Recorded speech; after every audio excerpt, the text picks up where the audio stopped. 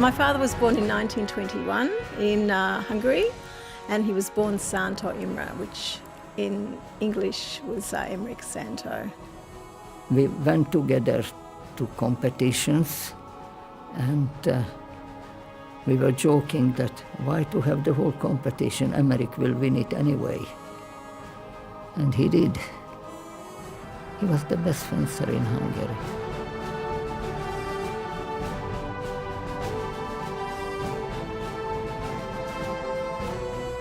Emeric married in 1944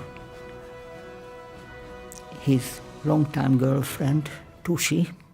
During the war, my father was interned in a labour camp. His family had a big furniture factory, and my father's father asked the workers in the labour camp to look after my father because they all knew my father.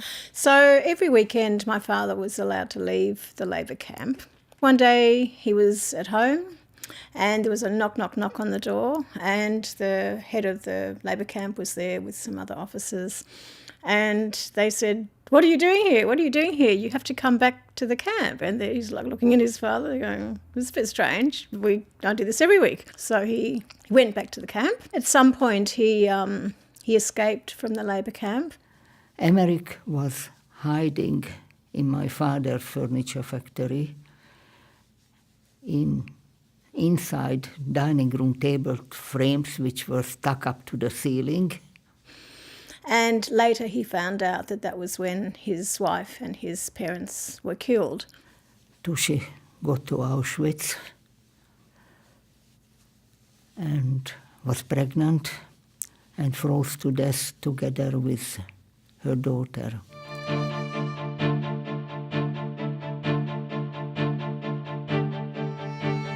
After the war, my father commissioned a train to go through Europe to look for survivors, and he brought them back to their homes. And he spent about 6 months doing that, rescuing everyone.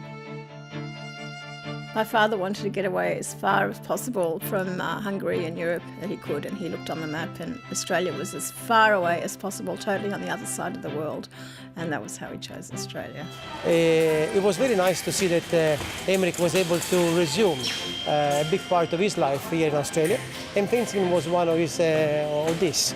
My father hadn't fenced for 10 years. He came to Australia in 1949 and he wanted to start fencing. So he found other fencers, mainly other migrants, to Australia after the war. He gave an amazing contributor to Australian fencing development because European fencing culture, and he was one of those, they helped Australian fencing to grow up and get a big boost, I would say.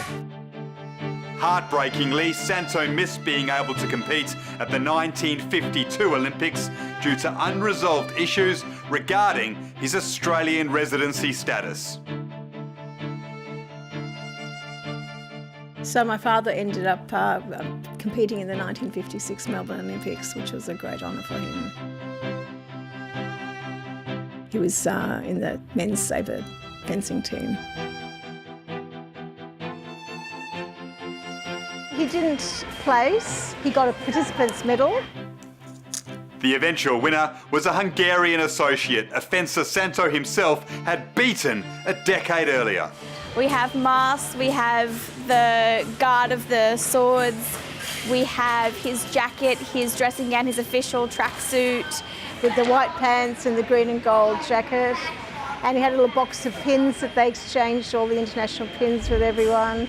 And in one of the things that we have is a little tote bag, and it has the Australian emblem on it and Australian fencing team and his name on it. And I said to myself when I first started fencing that the first time I ever want to use it is when I go to an international fencing competition.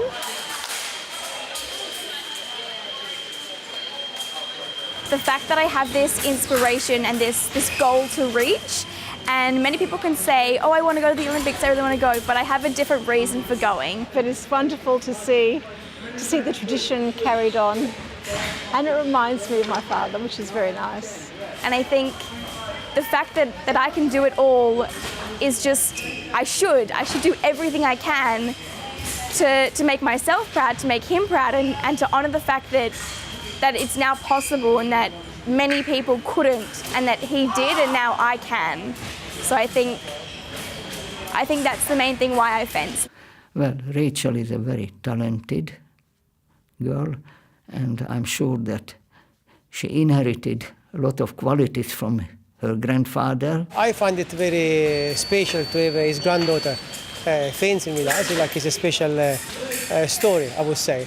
I think he would be very proud of this. I think it's an important thing. He could not imagine this. I wish he could see, no?